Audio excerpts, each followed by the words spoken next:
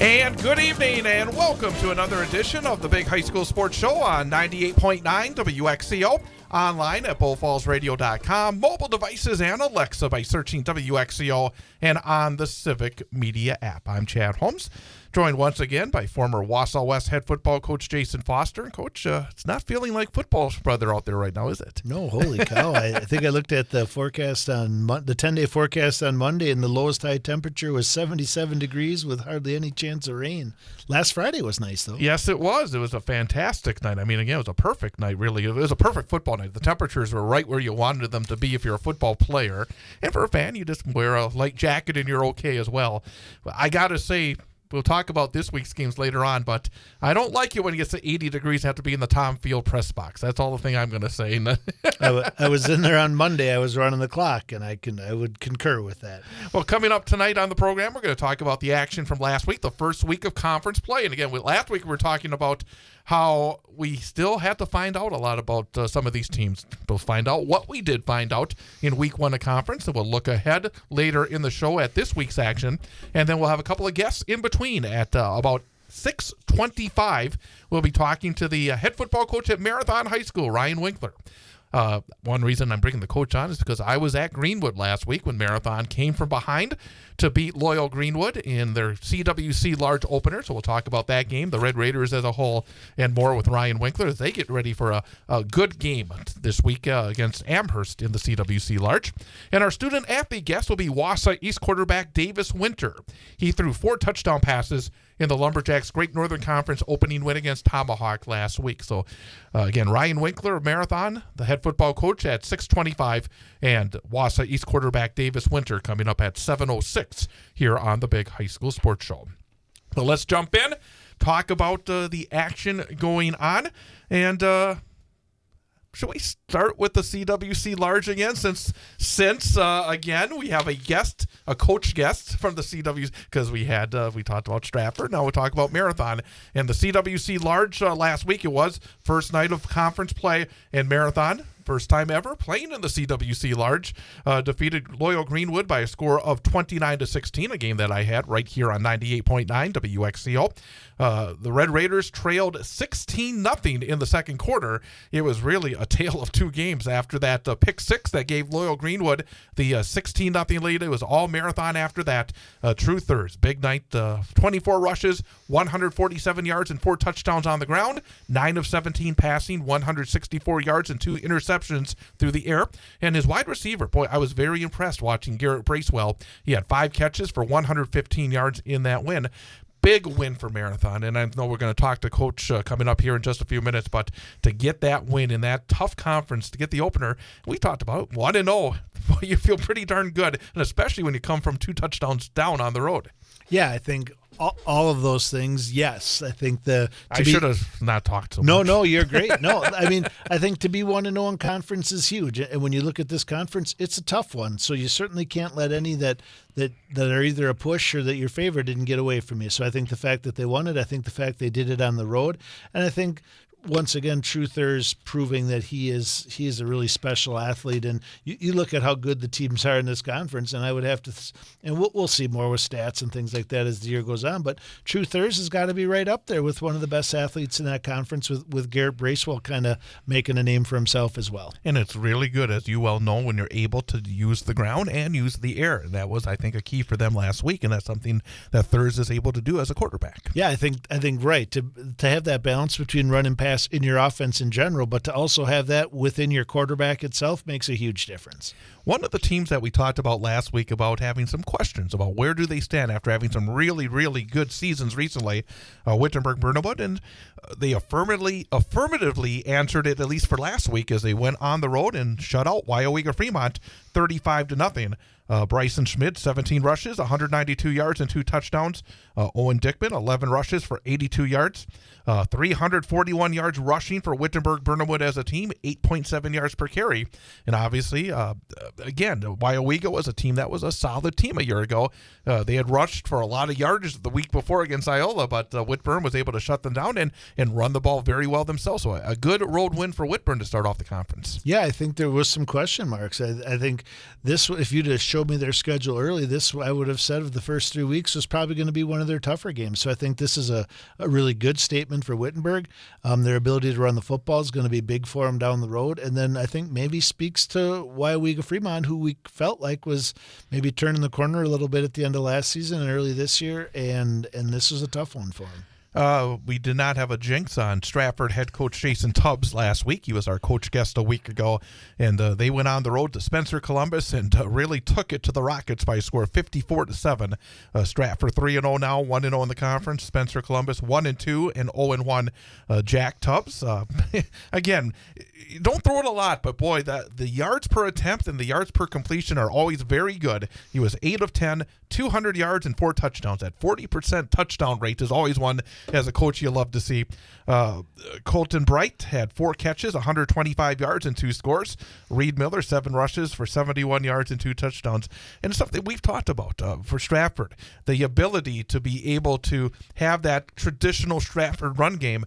But in the last couple of years, they've been really able to add that big play aspect to their pass game. And we saw it, I think, big time last week. Yeah, and I think it makes all the difference in the world when you get to the playoffs. Like, they could win every single game probably in this conference, likely, by just running the football, but they're not going to get to a state champion or to state level 4 or 5 without the ability to pass the ball. And I used to say as a head coach, I love defense. I love running the ball. We'll throw it as long as we have a high completion percentage. And not only is that a high completion percentage, but when 50% of your completions go for touchdowns, that's pretty good. Yeah, 20 yards per attempt. That's one you'll take every single time. Amherst off to a really good start. And again, I think we're going to see Amherst as they continue this season when they get tested within the conference, just how good they are. But boy, they have done everything they need to early. They defeated Colby 41-20. Amherst still undefeated, 3-0 and 1-0 in the conference. Colby, again, they had a really good football team a year ago. They've had some really good football teams recently. They're off to a very tough start, 0-3 and 0-1. Michael Gladowski, and again, we talk about Amherst every year, and again, it's multi-threat QBs. That's been what they've hung their hat on for a number of years. And Gladowski, 9 rushes, 84 yards and a touchdown, and then another player that putting up big numbers with few pass attempts, 4 of 7 passing, 130 yards, 2 touchdowns and a pick. Amherst ran the ball exceptionally well as a team, 312 yards rushing on 28 attempts. Gaudy 11.1 yards per rush. So again, you get 130 yards on 7 attempts passing. You average 11.1 on the ground per play. If that leads to 41 points at the very least. Yeah, I love it. I think that this conference is more exciting when Amherst is Amherst. In the last 2 years, I would say they were maybe a half step down from being the traditional Amherst. So I think if this is any indication of who they are in 2024, I think we're kind of in line for some good matchups for them down the road and maybe a nice playoff run. And Colby, this is a meat grinder. I think this is a really tough matchup for them in week 3, and I think is Colby. If they are who they thought they were last year, is this a team that comes back on the back end of the schedule and wins those games and maybe gets things rolling towards the end of the season in a playoff run? CWC Small, and again, a game that I thought maybe would be that conference championship game, and Edgar coming off their loss to Stratford, and then Auburndale, who had been very good in their first 2 games of the season, and they're playing in Auburndale. You think maybe Auburn is going to come in there and hand Edgar an early conference loss? Nah, Edgar does what Edgar does. They went into Auburndale and they beat up on the Eagles 41-14. Both teams 2-1 overall. Will Hackle, 16 rushes, 163 yards and 2 touchdowns. Maverick Butt, 23 rushes, 113 yards and 2 touchdowns. Again, another team that is very good about run, and then when they do pass, they get big chunks. Tucker Strite, 8 of 10 passing, 138 yards, 2 touchdowns and a pick. And the thing about that game that jumped out, they completely shut down Auburndale offensively. 39 rushes on 20 attempts under 2 yards per carry, 106 yards of total offense. That's really an impressive win against a good football team for Edgar. Yeah, and obviously, I probably wouldn't have predicted that score, but I can certainly tell you I would not have wanted to be playing Edgar after what the outcome of the Stratford game was the week before. You knew what last week probably was practice, and now that we're into this and Edgar's kind of into their mode, like you look at the names again, right? But straight, like these are the Edgar names, and this is the next group of them coming through. And what really sticks out to me too is the lack. Is Edgar's defense. I mean, still uncommon, unless those points were scored in the second half, for them to give up 14 points, because I know Coach hangs his hat on shutouts and all that stuff. But at the end of the day, 20 rushes for 39 yards as a team, I think, is what really jumps off the page to me, that, okay, Edgar's defense is back where they need to be to be a great down-the-road team. Again, the quirks of the scheduling early on, the first week of the conference campaign, where basically you see the teams expected to be the top 4 teams in the conference lined up against each other. You had the Edgar-Auburndale game, and then you had Abbotsford and Iola Scandinavia, and then turned into a low-scoring affair, but Abbotsford stays undefeated. They're 3-0 and 1-0 in conference, beating Iola, handing the T-Birds their first loss of the season, 13-7. Christian Fuentes, 22 rushes, 177 yards, and big edge in yardage, 274-75 for Abbotsford. And we talked last week about Iola. They had rushed for 485 yards in their game against Waiawega Fremont.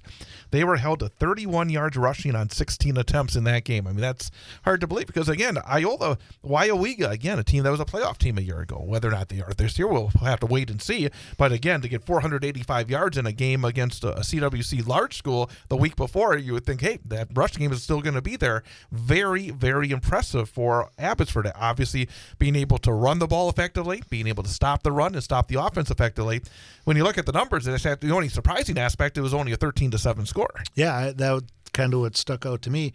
And I think this is, after watching Abbotsford for 2 years now, this is what you expect out of Abbotsford, to run the football. Fuentes is a heck of a running back. And then I think the thing that maybe bolsters Abbotsford a little bit when you look at the season and down the road is that solid defense against a team who you know can run the football. So, I mean, obviously there's some big guys ahead of them that they're going to have some tough games with Auburndale and Edgar. But to have that rushing attempt and that rushing game and a good defense, things look good for Abbotsford.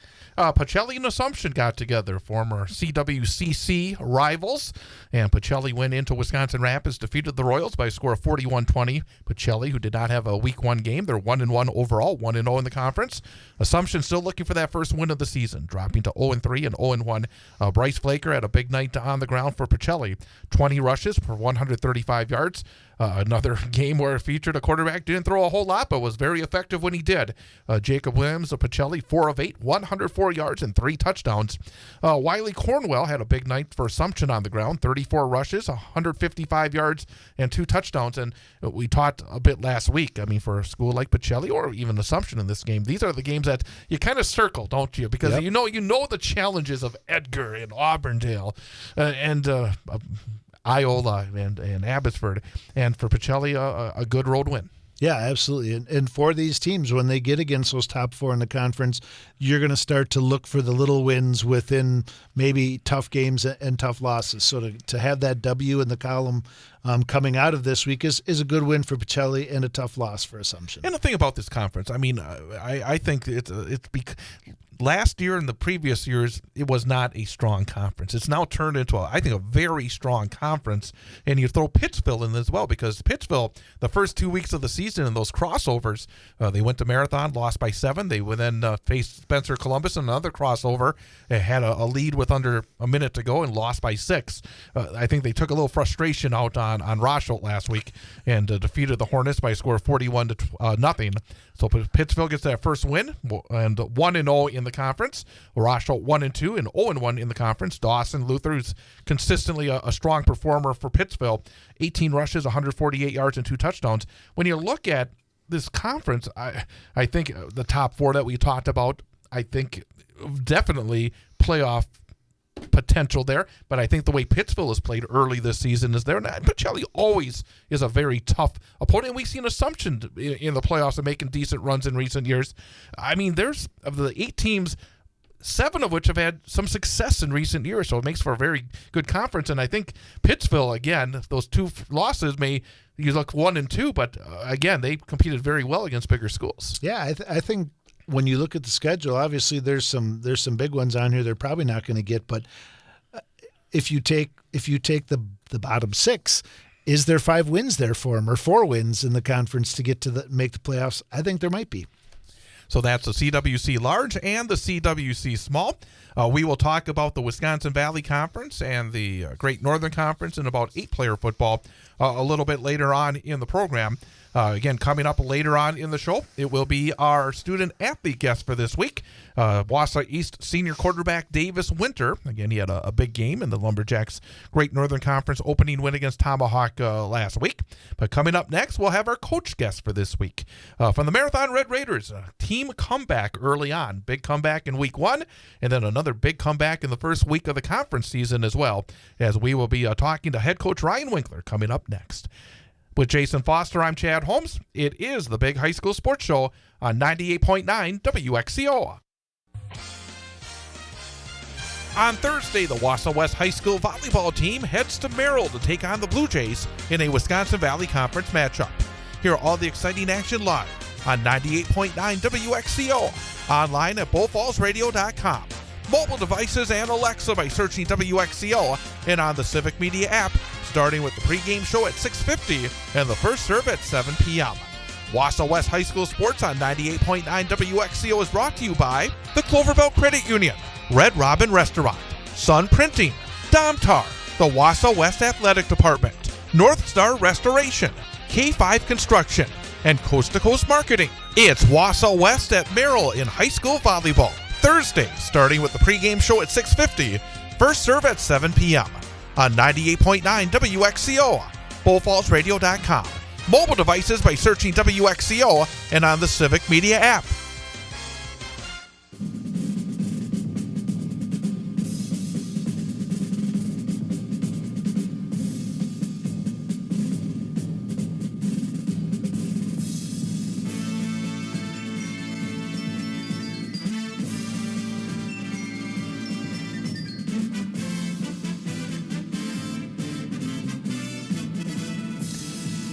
And welcome back. It's the Big High School Sports Show on 98.9 WXCO, online at BullFallsRadio.com, mobile devices and Alexa by searching WXCO, and on the Civic Media app.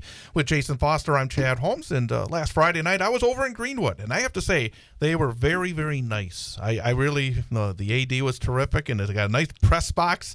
Got to sit next to Coach Tortolot in the Marathon booth, and had a fun broadcast as the Marathon Red Raiders came back to defeat Loyal Greenwood by a score of 29-16, and going 2-1 on the season, 1-0 in the CWC Large, and very happy to welcome into studio the head coach of the Red Raiders, Ryan Winkler. And Coach, so often I get a chance to talk to you every week on the phone. It's great to see you right next to me. Yeah, thanks for having me.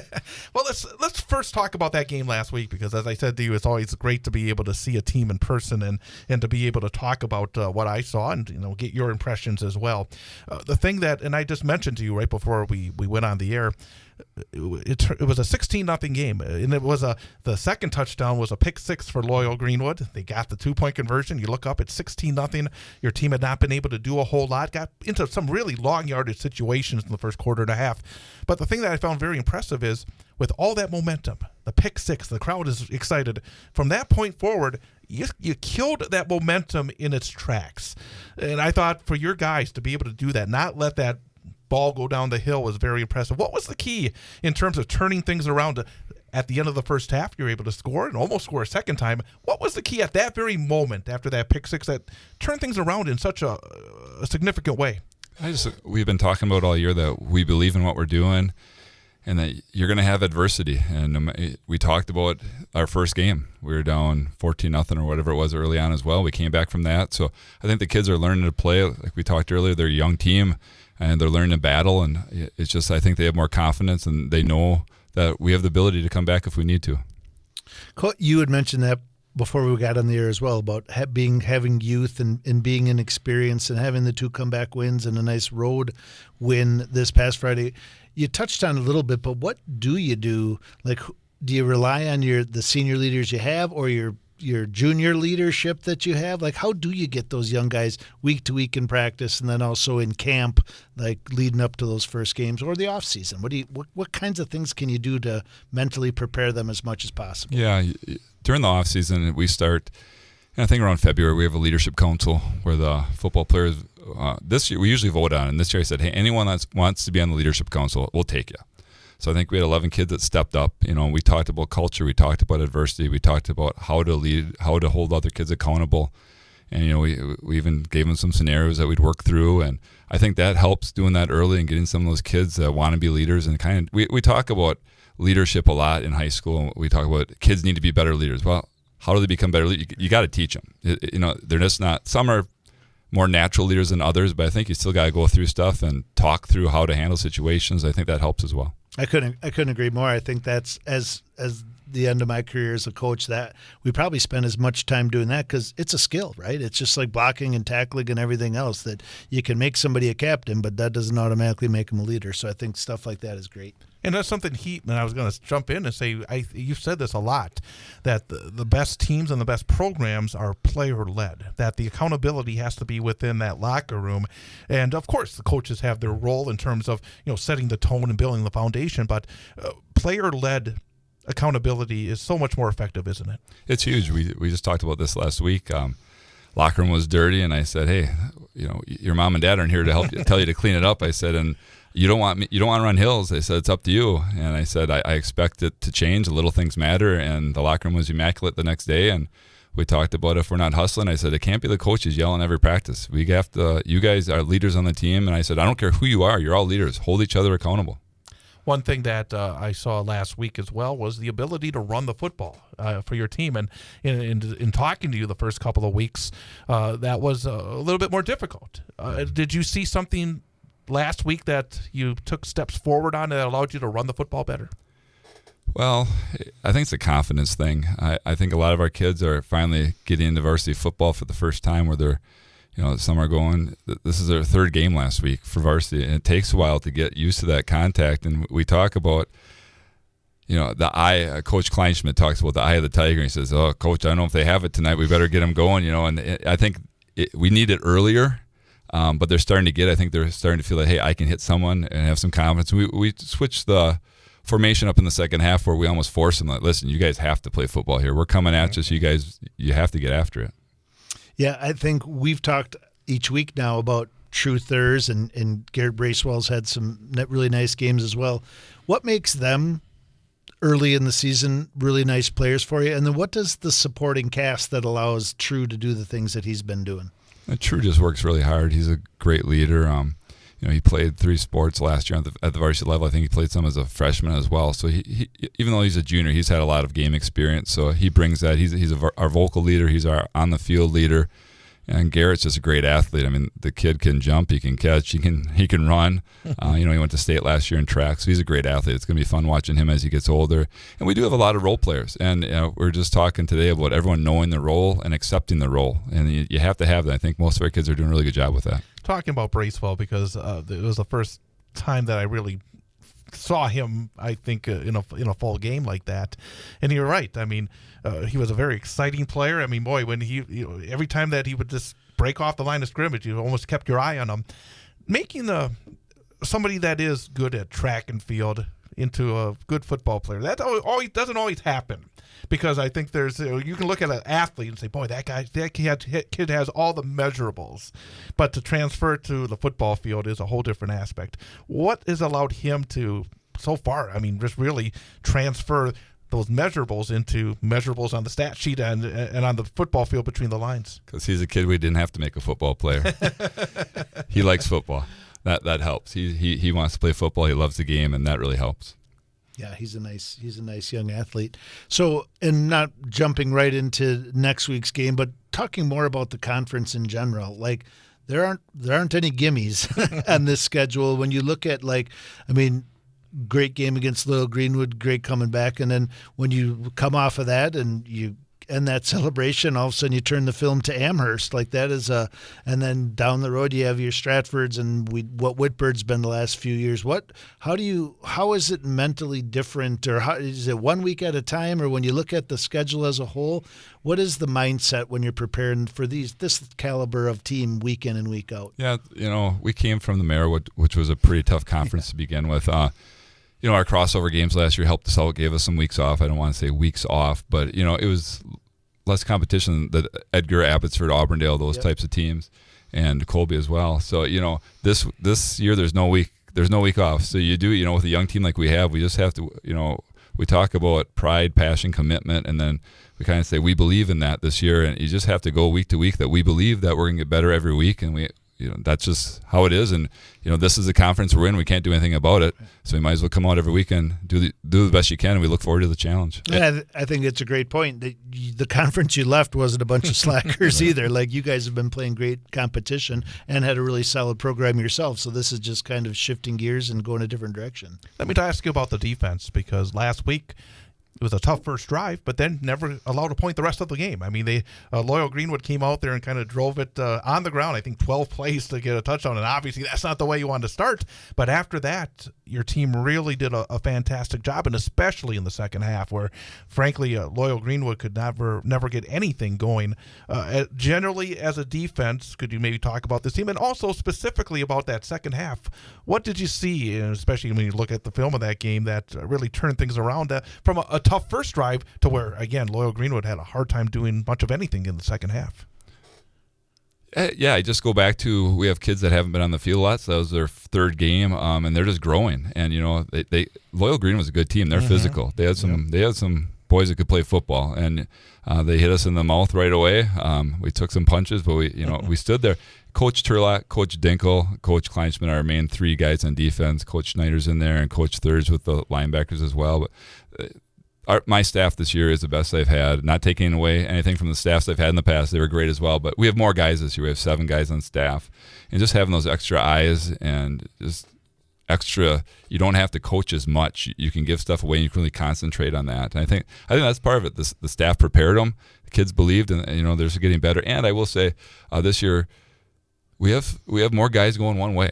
And I think we had more guys going one way than Loyal, and I think we were able to wear them down in the second half. Something about the defense before the coach back in. A couple of the guys that actually jumped out the most are not the biggest guys. I think I saw Underwood come in there and make a couple of plays. He's not a big guy at all. And even Quintons, who is your leading tackler right now as well.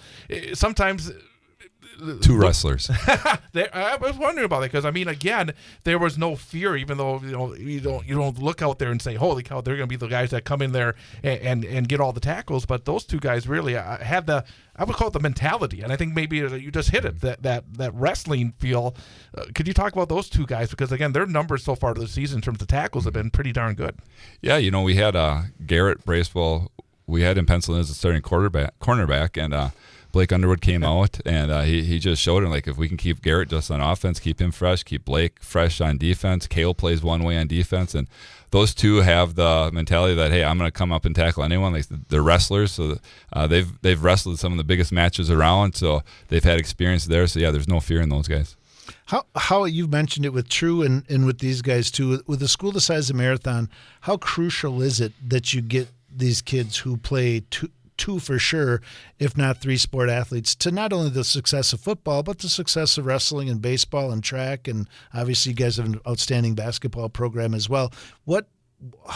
How important is that for your culture to have those kids play multiple sports? Well, it's very important. They're really busy in the summer, but they're getting great experience and just competing, and we want them busy all throughout the school year, helping each other. We talk about, hey, this might not be your favorite sport, but come out and help your friends, and they'll come out and help you when it's your favorite sport, and give everything you have. And one coach I didn't mention is Coach Joel Merzinski. He's our weight room guy, and he does the weight room for all the teams. So I think that kind of brings everyone together as well with that program, that we're not fighting about this is my weight program, this is your weight program. It's like this is what we're doing. And I think that kind of helps the culture as well. And just a quick follow-up with that one, too. Like, how not only is it important to get those kids, how important it is for you and the head wrestling coach and the head basketball and track and baseball to kind of be on the same page, because we see it for sure in a larger high school, but like you mentioned the summer. How important is it to kind of have that give and take relationship with those other coaches so there is that, not that greedy, I need you to do all of my basketball things or all of the baseball things?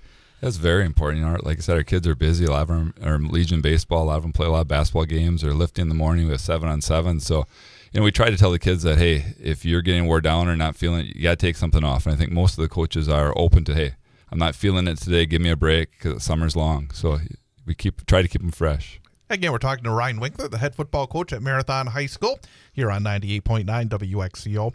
A question I'd like to ask the coaches, because we focus so much on Friday nights and the varsity program, the health of the program generally, because I know that whenever you're a head football coach, it's a 12-month-a-year job to keep everybody engaged and to build the program from the bottom up in order to make sure that if you have a great group in one season, you don't fall off the cliff and then have to rebuild completely. How would you generalize the health of the Marathon football program as a whole?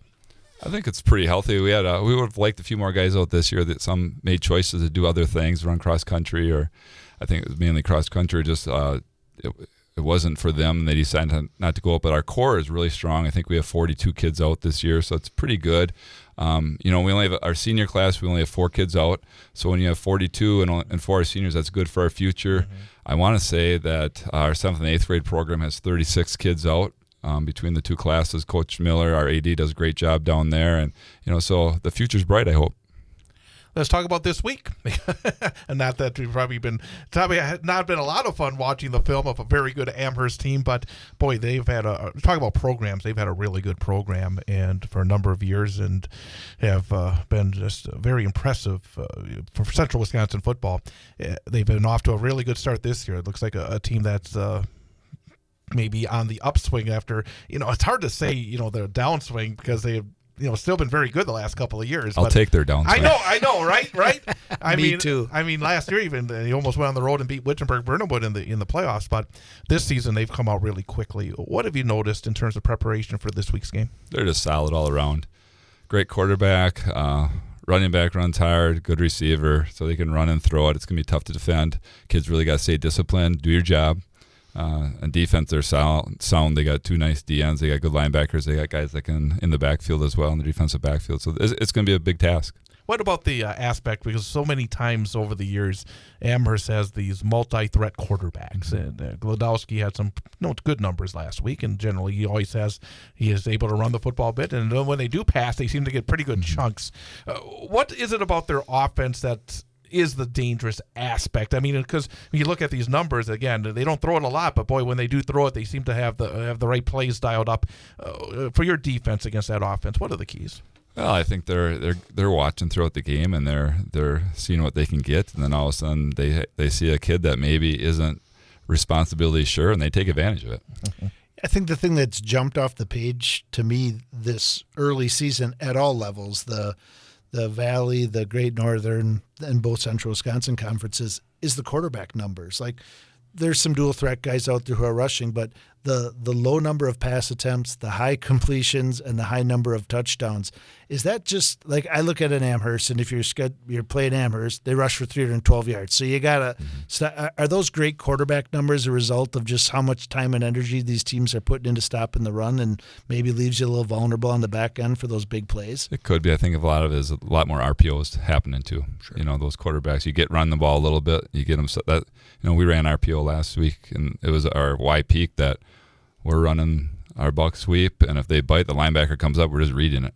So same thing with one of Bracewell's touchdowns, and I'm not giving away any secrets here. Everyone's doing it, so that it is what it is. And do you feel confident that this offense that I thought, again, really in the last 2.5 quarters of the game on Friday night last week was outstanding?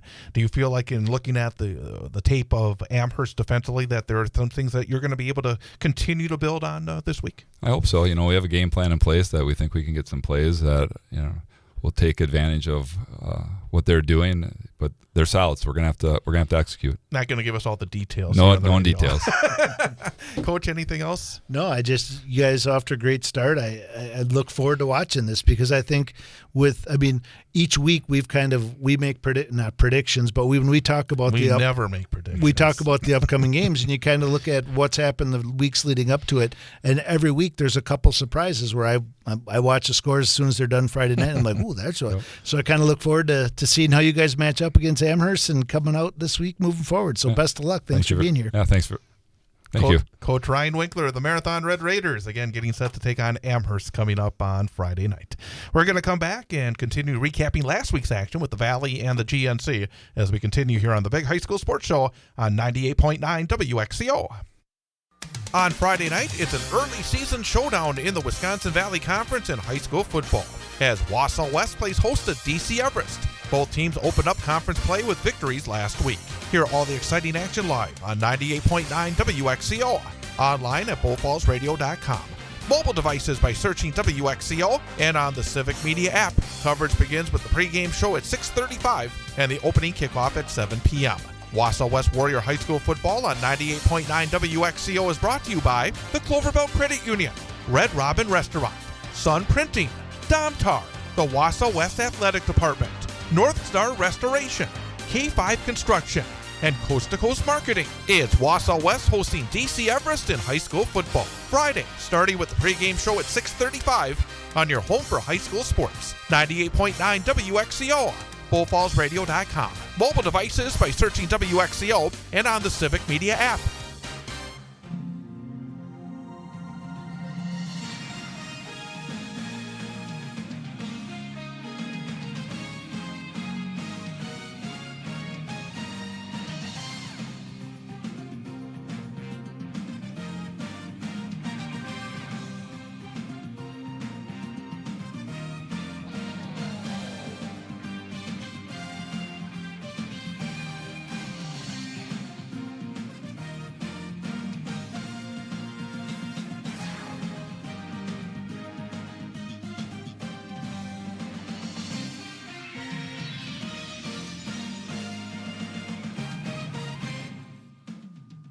And welcome back. Big High School Sports Show on 98.9 and 1230 WXCO. Online at bullfallsradio.com. Mobile devices and Alexa by searching WXCO.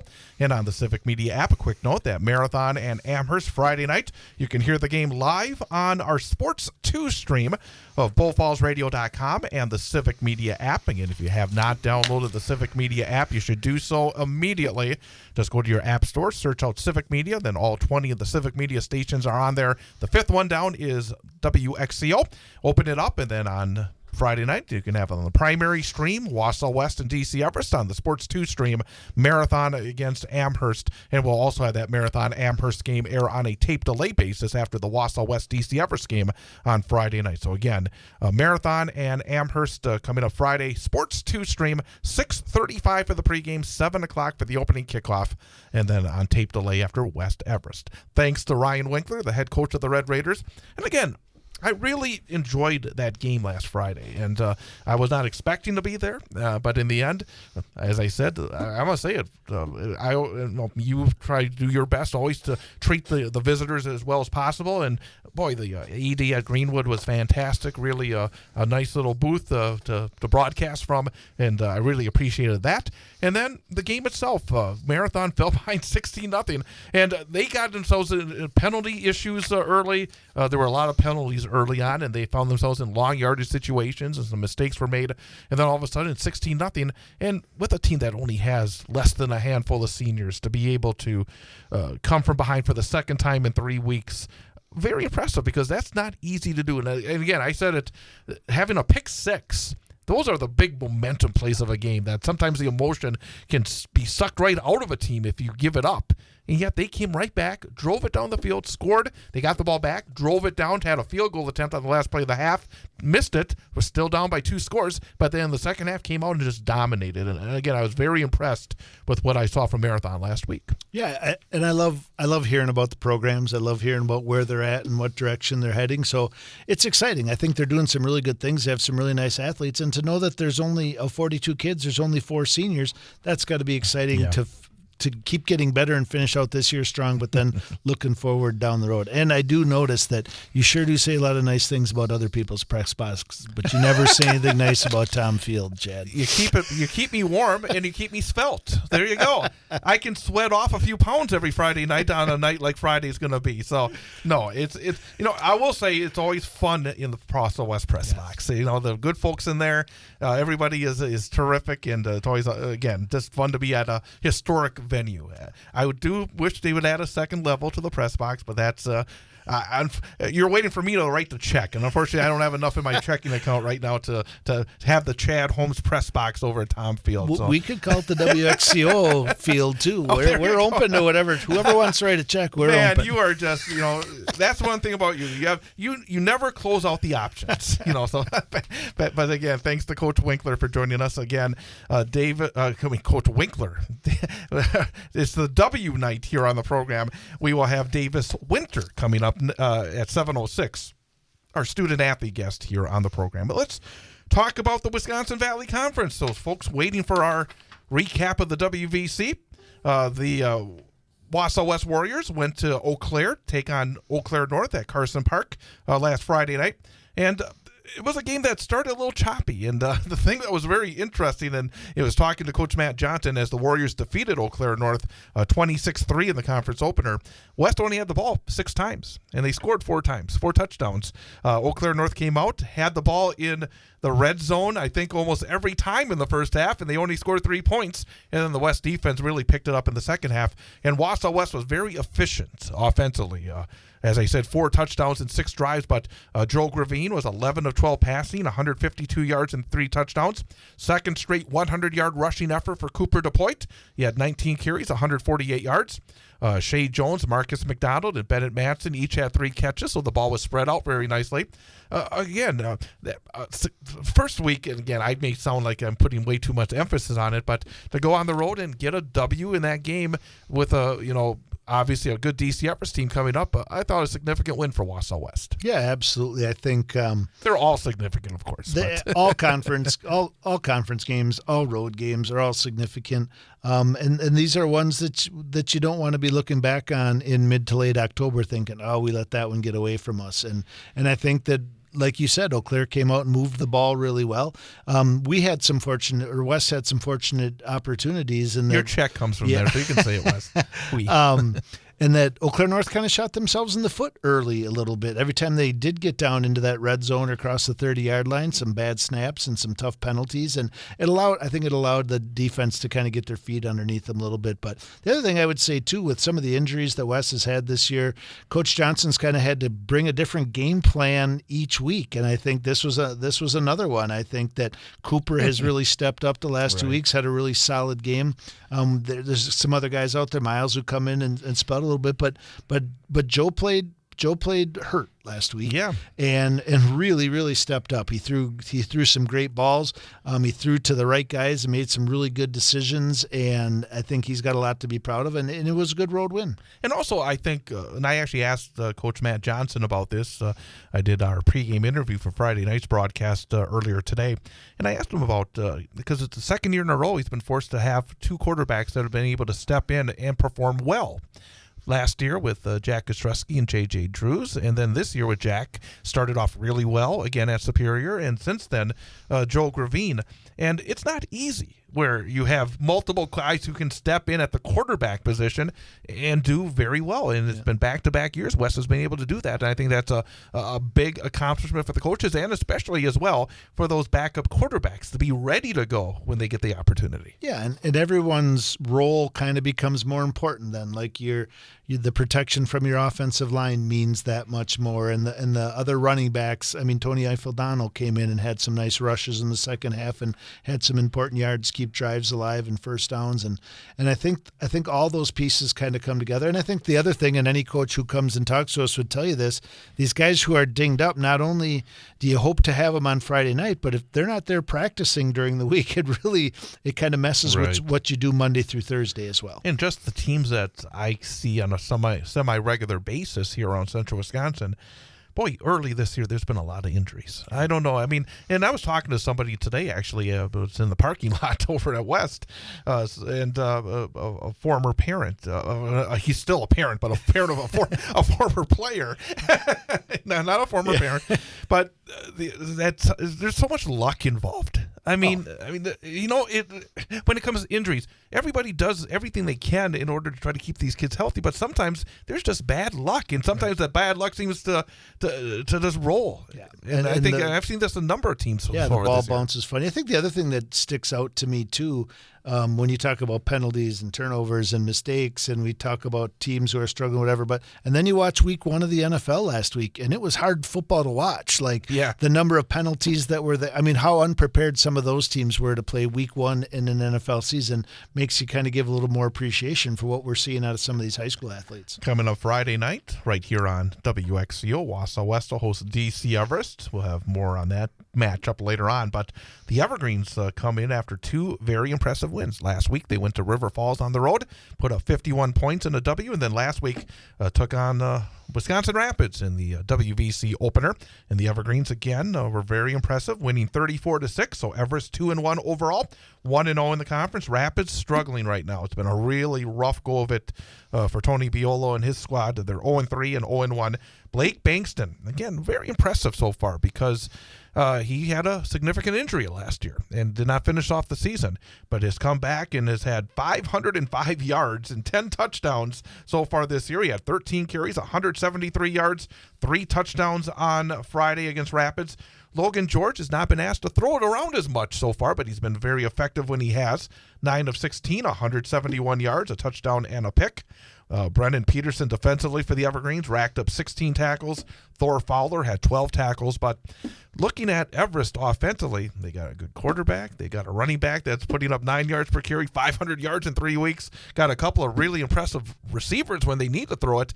This is an offense, and of course we talked to a very impressive offensive lineman already this season.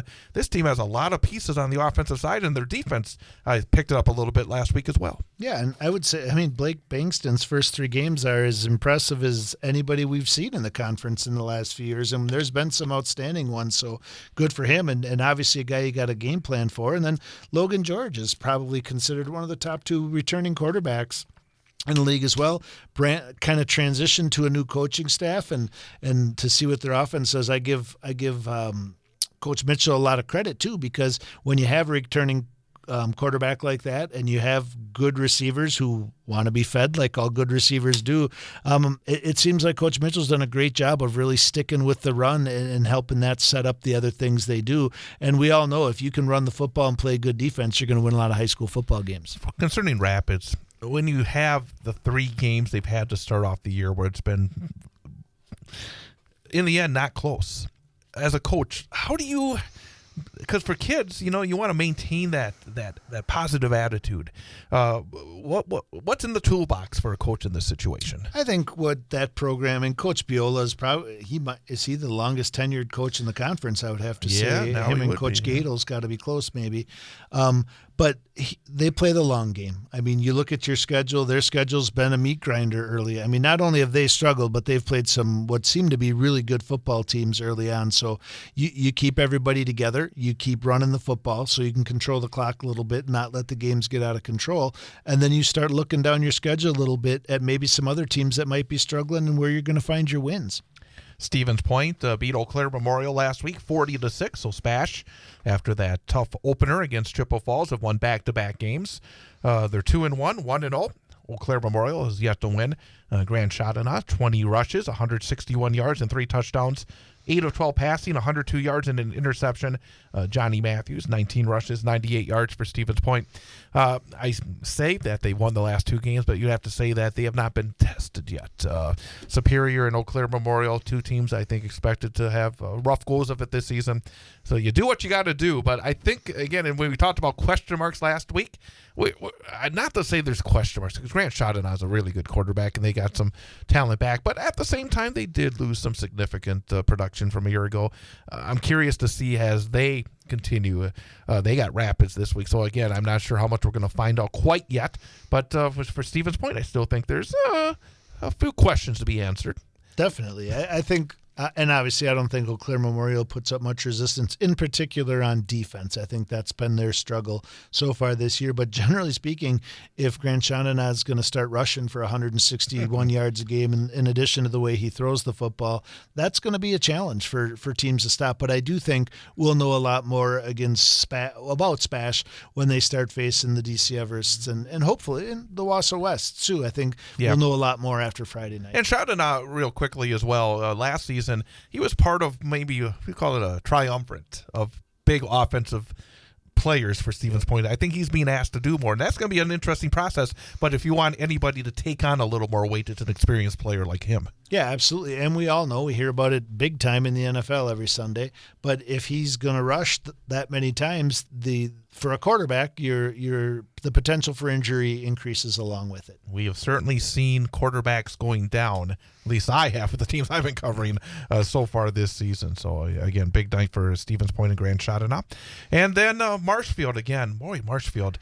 It's been like Wisconsin Rapids, really terrific tradition, veteran coach. They know what they're doing, but boy, sometimes you run into a few buzzsaws, and so much has to do with the schedule, as you've talked about. And they talk about bad luck getting a crossover conference game with Rice Lake. And again, there's not really a lot of easy ones when it comes to the big rivers, but Rice Lake again continues their long win streak. They're 3-0 after beating Marshfield 39-7. Jacob Coons for Rice Lake had 17 rushes, 220 yards, and a couple of touchdowns.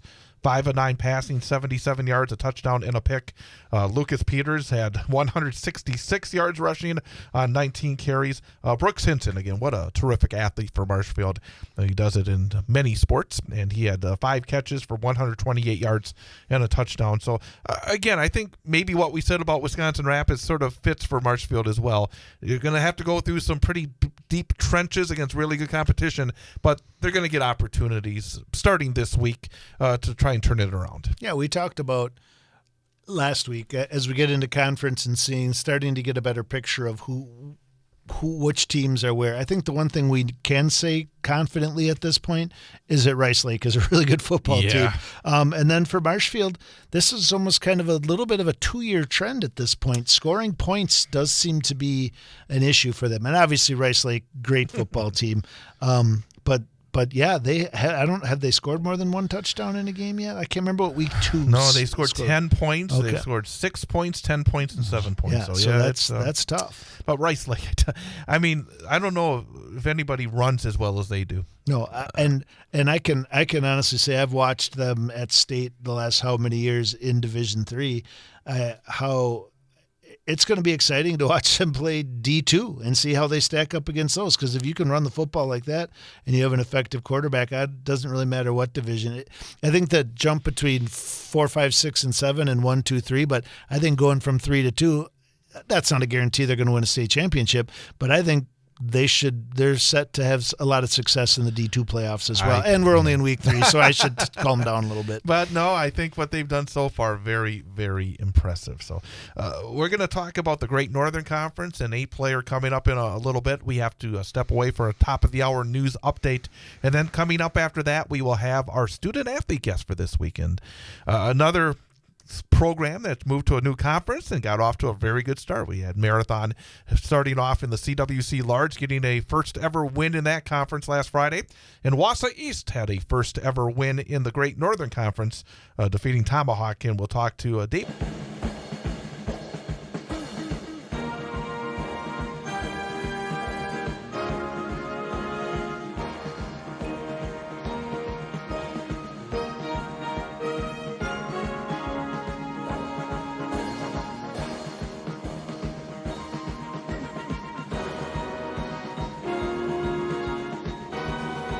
And welcome back. It is hour number 2 of the Big High School Sports Show on 98.9 and 1230 WXCO, online at bullfallsradio.com, mobile devices by searching WXCO, and on the Civic Media app.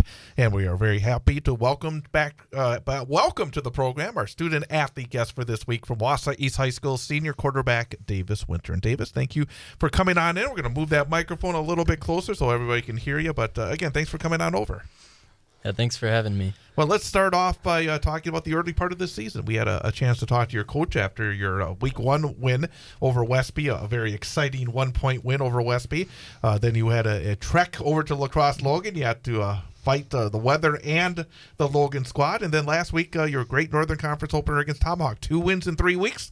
I guess going into the season, what were the expectations for this group? Were you expecting to go into the GNC and play some competitive football and perhaps battle for a playoff berth? Or is it, I guess I shouldn't answer the question. What were the expectations for your team going into this season? I mean, yeah, I think we definitely had confidence in each other and we trusted each other, but we weren't totally sure. We had some question marks on the team, and I think with the last couple of weeks, we've really filled those questions, and people have been stepping up and having great games. And speaking of great games, I would say you fall into that category last week. 13 for 19, 234 yards, 4 touchdowns. Great game for you. What are the things that go into a game plan, or from your team, like your line, your receivers, all those things? What allowed you to have a game like that? What assisted in that? You obviously had a great game, but what other things went into making that happen? I mean, yeah, we have tons of weapons on our team. I think everybody trusts in each other that they can go out and make a play and they can help our team. We got a good O-line that always keeps me safe, and I'm really never getting much pressure, so I can make the right decision. Going back to Week 1, you faced a Westby team that won a lot of games last year, and it was, as I said, a 1-point game. You were able to pull out the win at Tom Field. What did that game mean to start things off? Because it's similar to last year. You started off the season with a win as well. How important is it to get that positive reinforcement early, and especially against a solid football team? I mean, yeah, it was huge because just getting our school into it and getting the culture right, we kind of just get our team going and rolling into the next week and into the season just to seeing what we have. Culture.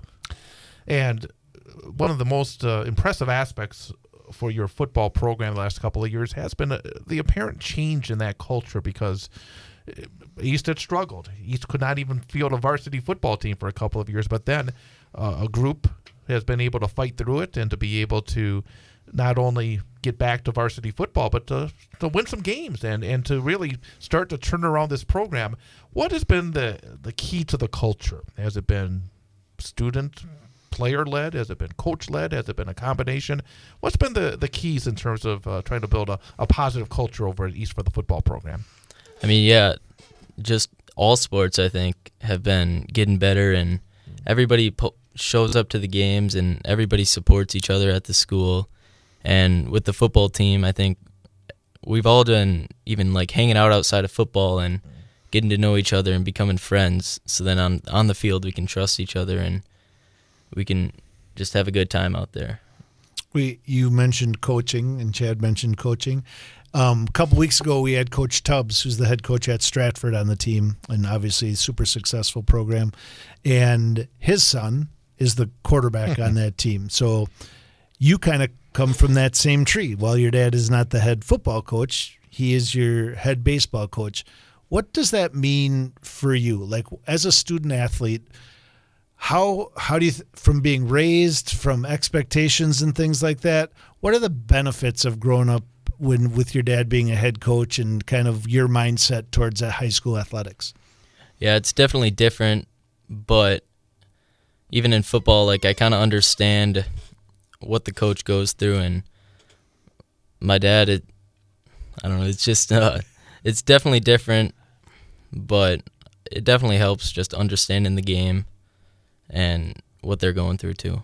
Understanding the game, and this is your first year starting quarterback for the Lumberjacks, and so far it's been very impressive. 8 touchdown passes in 3 weeks, only 2 interceptions. In terms of taking over as the quarterback for Wausau East, what's been the biggest maybe challenge in terms of the early season? I'm sorry about that. Excuse me. But the challenge of becoming the starting quarterback, what's been the biggest things that you've had to do as quarterback to lead this team? I mean, just building the trust in them and my teammates, but I think like Coach Garrett and Coach Kramer, they've really been helping me, and they have confidence and trust in me that I'll go out and make the right plays and make the right decisions. What's your strength as a quarterback? What do you think you do best? I don't know. I think I can air the ball out sometimes. I trust my arm a lot, so I think I can just deliver a good ball to my receivers. So one of my favorite, speaking of those receivers, as we recap your games each week, and we look at your stats, and we look at the stats of your team, it seems like when I watch pick Edgar Stratford, like it's usually the same names kind of come up, their quarterback, this running back. One thing I've noticed about you guys is you've kind of had different leading receiver each week. You've kind of had different leading rusher each week. Some guys have big plays week to week. Tell me about some of the other guys. Like tell me some of the names of the guys who make the things work on offense and as well as defense. Who are some of the other key players for Wausau East this year? I mean, yeah, receivers, we got tons of guys. Our main starters are Jesse Napgezik, Caden Meverden, Jaden Garrett, Dylan Sawyers. Those are kind of our main receivers. But even past that, I think I can trust in the guys that would come in after them, and they'll make a play for us. And then we got Ian Stahl in the backfield that's super quick, and he can break out and make a huge play for us. Again, we're talking to Davis Winter, quarterback for the Wausau East Lumberjacks here on the Big High School Sports Show on 98.9 WXCO. Let's talk about being a multi-sport athlete, because you are somebody that's busy all the time. You got the football in the fall, you have the basketball in the winter, and baseball in the spring. In terms of being able to handle all of that, because it's not just the seasons themselves, there's off seasons as well. How do you go about trying to balance your sports along with everything else in your life, whether it's school or whether it's friends, whether it's just having time maybe away from it? Have you been able to learn some skills because of the busyness in terms of your sports? Yeah, I mean, I feel almost when I'm not in a sport, I'm always doing something, but I just feel bored when I'm at home and not doing anything without sports. So, I mean, that's my main thing. I'm always at the field or at the court doing something, so... Kind of going off of that too. So we're a month into the football season. You just came off of summer and you play baseball, which is a demanding summer sport, and football, where coach certainly wants you lifting, probably doing some 7-on-7 stuff. And then basketball, I know there's summer leagues and camps and contact days. What was your summer like? Like, take me through an average week of summer and what that looks like for a 3-sport high school athlete. Yeah, I mean, it's definitely busy. In the mornings, I'm always probably lifting, and during the days, maybe we have basketball contact days, or sometimes things overlap, and then I have to talk to the coaches, and they understand, but it always works out. Coaches, they understand what I'm doing with all the sports, and I almost hate to ask this question. I really do. I hate this. It's such a cliched question. But doggone it, I'm going to ask it anyways. Do you have a favorite sport of the 3 that you participate in at the varsity level? I don't know. I like them all. It's really just whatever season, and I'm enjoying that the most, and I'm having a good time with it. Are you able to carry over momentum from season to season? Say, knock on wood, everything continues to go well for you in football. Does that carry on, help you get off to a good start in basketball? And likewise, when you have a good season in basketball, is it able to carry over to baseball, or is it all separate? No, I think it definitely does. I mean, you're feeling good coming out of football. All the students and all the school is supporting you, and they're excited for the next sport too. And I think everybody's just excited for the next season. And it sounds like sports takes up a lot of your time, like it does for a lot of high school athletes, which is great. When you do have some free time, nights, weekends, summer, whatever it might be, what do you like to do outside of your sports? What do you do for fun? I like the outdoors. I'm always kind of out on the water doing fishing, or I go hunting in the fall quite a bit, so I like the outdoors. Do you have a favorite class in school? I'm not sure. Math, I always seem to be decent at math. How come guys that are involved in, like, especially basketball, they always say about math? Because you're always trying to add up the scores, and the same thing with football in terms of yardage and baseball and batting averages and all that stuff. So you gotta know those numbers, right? What are you thinking about for after high school? Right now, I'm really not sure, to be honest. I've been looking into it, but still really undecided. Would you like to continue to be involved in one or more of your sports at the next level? For sure, yeah. I mean, I'd really like to play baseball, I think, but any opportunity that I get, I would probably take it. What is your position in baseball? Last year I played a lot of second and short, and I pitched too. And what about basketball? What's your position in basketball? Just pretty much a guard. When you, because obviously it's different for football now in the Great Northern Conference, and you're in the Wisconsin Valley Conference, and basketball and baseball, so you have different rivals. Do you have a favorite rivalry, a game that's the most fun for you to play, no matter what sport it may be? I mean, it's always fun playing West, but for football, I think we play Merrill a lot and all of the other sports, so I think that'll be a big game, and I think just it'll be exciting playing new competition and the better teams in these conferences and getting the new competition. What is you guys talk about season goals and you talk about big games and things like that, and Chad just mentioned rivalries. What are the games other than Merrill, like on your schedule this year, that you're most looking forward to in football? I mean, I think Medford and Mosinee are kind of the top two teams in this conference. At least they're supposed to be this year. So I think we're kind of looking at that, and that's going to be a big game for us. And I think if we win that, we have a chance at bigger things. What about this week? You go up to Rhinelander. You know the way to Rhinelander. Your team went up there a year ago. Obviously, you'd like to make it 2 in a row in the Great Northern Conference. They obviously I'm sure looking at this as a very important game for themselves after a tough loss last week. In terms of preparing for this week's game, what are the areas that your team is going to be focused on in order to be successful this week? Yeah, I think we just have to get out there with energy, and just being able to stop the run, I think, is a main part, and just getting out with energy and being able to have a good time and hit some guys out there. What's important, Chad mentioned, it's a road game. I know you guys took that long trip down to La Crosse as your other road game so far this year, and there was all sorts of things with that. Early in the season, bad weather, you bumped up your start time, I think, by an hour. So when you travel, like you travel in all your sports, what's your routine, and what do you encourage your teammates to do to make sure that you're mentally ready to play when you get off the bus? I mean, yeah, getting a good night of sleep before, make sure you're hydrated and getting enough food in your body. And then on the bus ride, just kind of maybe watching film or listening to music or whatever it takes to get you ready for the game. When you look at going in, this senior year, every athlete, I think, has sort of dreams. Do you have any, in terms of all your sports, what are the things you're hoping to accomplish this year? Because you obviously, as you said, you got, football that's off to a good start. You got basketball that I know that you've got some really talented guys that are coming back this year. And, of course, with baseball as well in the spring. What are your goals as you go through your final very busy sports calendar here for your senior season? I mean, in all sports, I think we want to make a playoff run and even make a conference run. Just being able to compete and have a good season. Anything else, Coach?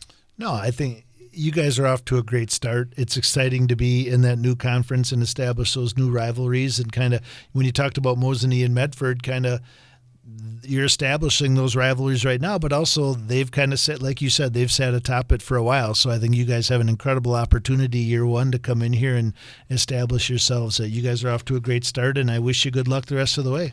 And we now go to our final question, which we ask to all of our student athletes, especially the seniors who have been going through the process for a number of years, especially multi-sport seniors.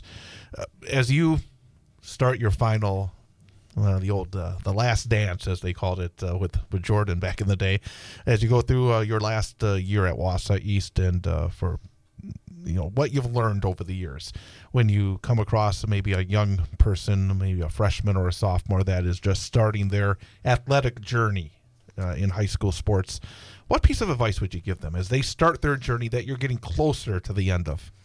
I mean, yeah, there's tons of open gyms and tons of things that you can do to get involved. I think just going to even other sports games and just being a part of the school, I think, is a big thing. Just being able to be available and go to everything. Terrific. Very, very good advice. And enjoy the entire experience, right? I mean, that's what it comes down to. And you certainly are with all the sports you're involved with. Congratulations on a terrific start to your football season. Best of luck for the rest of the year. Best of luck through basketball and baseball as well. And thank you for coming on over tonight. Thanks for having me. That is Davis Winter from the Wausau East Lumberjacks. Again, East getting set for a trip to Rhinelander coming up on Friday. We'll be right back. We'll recap again the Great Northern in football, an 8-player, and then look ahead to all the action in Central Wisconsin in high school football for this weekend. With Jason Foster, I'm Chad Holmes. It is the Big High School Sports Show on 98.9 WXCO. Week 4 of the football season is here as we look at some of the big games on the schedule. I'm Travis Wilson, and this is a WisSports.net Minute brought to you by Just a Game Fieldhouse in Wisconsin Dells. More high school sports news after this. You may have heard of Just a Game Fieldhouse in Wisconsin Dells, one of the country's premier destinations for youth sports and events, but did you know that Just a Game does so much more? Just a Game also delivers end-to-end apparel, equipment, and event solutions with their state-of-the-art screen printing and embroidery facility that can help with branding for your team and business items, including uniforms, apparel, and more. Just a Game also offers digital services that include a cashless digital platform and event live streaming. Just a Game has also added a second brand new facility in Reedsburg. Find more information at justagame.com. Believe it or not, we're nearing the halfway point of the high school football regular season as teams will head to week 4 this weekend. The Quick Trip in Wisconsin Dairy Game of the Week features a huge showdown in the Clover Belt Conference as Division 6 top-ranked Mondovi will welcome in D5 4th-ranked Stanley Boyd. In the Milwaukee area, Muskego versus McGuanago has become must-watch TV the last few years, and the teams often play in the postseason as well. They'll meet up Friday in Muskego. Moving west on the interstate, Verona has won the last 2 Big 8 titles, but Madison Memorial has looked very good this year and is looking to take control of the league on Friday. A pair of state runners-up from last year, Wrightstown in D5 and Luxembourg-Casco in D4, will face off this week. There are a couple big games in the FBA, including Fond du Lac welcoming in Kimberly and Neenah traveling to Kaukauna. The Big Rivers features a trio of outstanding matchups in what is shaping up to be another nail-biting conference race. Rice Lake at Menominee, Hudson against New Richmond, and Chippewa Falls versus River Falls. Northwestern has rebounded with 2 straight wins, and the Tigers will take on St. Croix Falls this weekend for early control of the Heart of North Conference. This has been a WisSports.net Minute. Check us out online at WisSports.net and search your favorite podcast provider for the WSN podcast.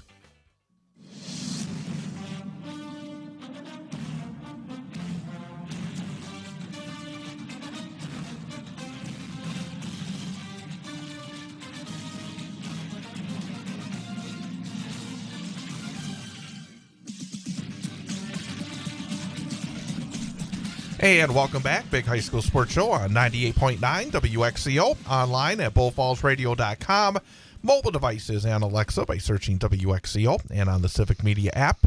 Don't forget as well that we always have our show as a podcast. It's put up immediately following the show. If you miss any part of the show or just want to listen again, always you can go to bullfallsradio.com and /sports, or just click on the sports link. Or wherever you get your podcast, wherever you get your podcast, you can subscribe so you don't miss any of the episodes as well. So, again, wherever you get those podcasts, you can tune into previous episodes of the show as well. Get a chance to listen to our previous coach interviews and our previous student-athlete interviews. And, again, always great to learn a lot about these young men and women that we get a chance to talk to. And for Davis Winter, again, first year as a starting quarterback and have 8 touchdown passes in the first 3 weeks, and just the story for East. And again, it was such a struggle for a number of years. It's just great for the student body, for the kids that enjoy playing football over there, that they are back, hearing the numbers that are good at Wausau East. And it's just good generally for high school football that everybody has the opportunity and to get a little success as well. Yeah, I think you talk about competitive balance and what it does, and obviously there's some opponents and some proponents, but I look at what Coach Kramer's doing over there, and I say it's really hard to build a program if you're playing running clock teams every week, right? Like Yep. if they're still in the Valley Conference, and I mean, they had a nice win against Appleton West last year and were competitive in a couple others, but it's hard. It's hard to get kids out. It's hard to get kids excited. And I think Coach Kramer's done a nice job of getting them to this point. And I think now being in this conference, they have the opportunity to kind of get the fruits of their labor and maybe have some success. Well, let's look at the Great Northern Conference from last week. That is the 11-player conference here in central Wisconsin that we have not recapped the action from last week yet. And it was Wausau East defeating Tomahawk 27-11. So East 2-1 overall, 1-0 in the GNC. Tomahawk 1-2 overall, 0-1 in the conference. Our guest, Davis Winter, was 13 of 19 passing, 234 yards, 4 touchdowns, 1 interception.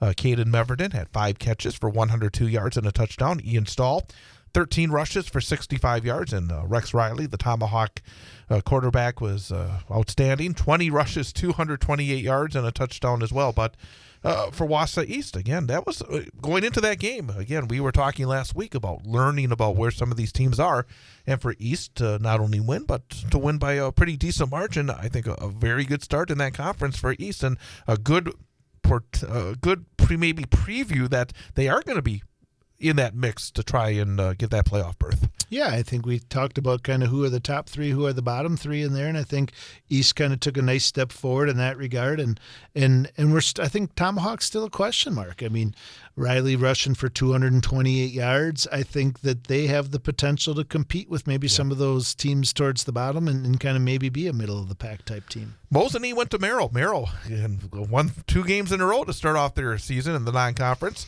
Mosinee came in at 1-1, and it was a very competitive football game. And in the end, Mosinee scored a touchdown late to pull away for a 28-13 win to open up the conference campaign. Treve Stoffel, again, you talk about. I'd asked Davis Winter before we started off the air about whether or not he played 2 ways, and he said no, basically just offense. I said, well, that's obviously the way you want to do it, because you don't want your quarterback out there being put in a position to get hurt. But Treve Stoffel was 16 of 27 passing, 252 yards, 3 touchdowns, but then he added 11 tackles and an interception on the defensive side as well for Mosinee. Brady Locken, 5 catches, 119 yards and a score. Carter Fandry, 21 rushes, 74 yards, and a touchdown. Obviously, a big win for Mosinee. They had lost their first game against always tough Stratford squad. But for Merrill, it shows that this is a better Merrill team as well, that they were able to stay right in there, give themselves a chance in the fourth quarter. Yeah, and I think obviously you look at Mosinee and it looks like a really nice balanced attack. Couple good rushers. Stoffel's obviously their best football player and showing it week to week both sides of the ball. But I mean, the fact that Mosinee put up 13 points against them, I mean, I think I kind of beating a dead horse here, but I don't think Merrill scored 13 points the entire season last year until we got there. So the fact and that Mosinee only gave up like 3 in the conference last season, so right, nobody was scoring against them. Right. Yep. So the fact that they're 2-1 overall and gave a good showing against one of what's believed to be the top 2 teams in that conference, I think there are definitely some things for Merrill to walk out of here thinking that there's some wins in that board and maybe they find a way into the playoffs. And I think generally a lot of these great Northern Conference teams going into this conference campaign do feel that way, that there is. And that's one of the things you want. You want to have that pathway to get to the playoffs. That, maybe we're not going to win the conference, but if we play well, we have an opportunity to get to that. And I would say 3 wins, because right now in 11-player football with the exodus for some schools going to 8-player, that in the past where you'd have to be 4-3 in a 8-team conference to get into the playoffs, nowadays most of the 3 and 4 teams get in. So there is a pathway, and I think even for Antigo got off to the 2-0 start. They had to go to Medford, and obviously you probably just as well get Medford out of the way right. For a team like Antigo. Medford won 46-12. Paxton Rothmeyer, 11 rushes, 207 yards, and 4 touchdowns. But even for Antigo, I think, again, you mentioned, I think in our first show of the season, watching the Channel 12 preview, and they were talking more about the past. Now this season, get a couple of wins and get an opportunity to put themselves in a position to play meaningful games coming up in mid-October. But boy, Medford, they just run the football. Yeah, they're so consistently good at doing that. Yeah, we talked about it with some of those Central Wisconsin teams earlier in the show about how important it is to kind of have that balanced attack if you want to make deep playoff runs. And I think that's one of those things that Medford's going to kind of have to figure it out as they move forward. And I'm sure they have a plan for it. Coach does a great job over there. But yeah, good win for Medford. Tough one for Anago, but I agree with you. When we looked at these schedules over the year, right, these teams that start 0-3 and win their last 4 in the conference versus the teams that win their first couple and then hit the meat grinder of the schedule and lose them. So Anago's still got I think a lot of reason to be hopeful as they come down the stretch. And the most competitive game last week was battle up north. Lakeland beat Rhinelander, and I have to say, I don't know if surprise is the word, but I thought maybe Rhinelander would find a way in that game. Lakeland beat Rhinelander 12-8 to stay perfect on the season, 3-0, 1-0 in the conference. Rhinelander loses for the first time. They're 2-1, 0-1 in the conference. But Noah Bruckner has been consistently good for Lakeland. I mean, he's been not just this year, but last year as well. And he was a workhorse. 29 carries, 140 yards and a touchdown. Cyrus Leisure for Rhinelander at 13 carries, 86 yards and a touchdown. But with Bruckner, again, I find it interesting that sometimes we see these running backs in the high school level that get the 29 carries, and they're so afraid to do that in the pros. I'm the guy that says, give them the ball. But again, when you have that bell cow running back, you've had those during your years and seen plenty of them as well. It's such a great thing to have, isn't it? Oh, absolutely. I think the thing that sticks out to me about this game is the score. This is a pretty typical Lakeland Rhinelander score, and I think when you add East into this equation this week, I think it's the one thing that East has been able to do in 2 of their 3 games is score some points. So when they go up against the Lakelands, I think we're going to learn a lot this week when they play Rhinelander. How close it is, and B, how the defenses play. And if East can continue to prove to score points, I think maybe that puts them maybe a leg up on the Lakelands and Rhinelanders, yep. And then maybe you kind of start to talk a little bit more about what does the Wausau East Mosney game look like. Absolutely. 8-player football. Saturday, Alman Bancroft beat Newman Catholic 18-6, a game that was called at halftime. And boy, the injury bug has bit Newman Catholic big time. But first, the game itself, Griffin Pent, the third quarterback for Newman Catholic, who started the season as a running back, actually came out and made some plays throwing the football. It looked like Coach Mickling had some really good designs, and he was able to get some big chunks. Griffin Pent was 3 of 7, 103 yards and a touchdown before he left with perhaps a concussion. So they brought on their 4th quarterback of the season, Cooper Gould, and he actually completed a couple of passes for 30 yards. Damian Pent had a 46-yard touchdown reception before he was injured.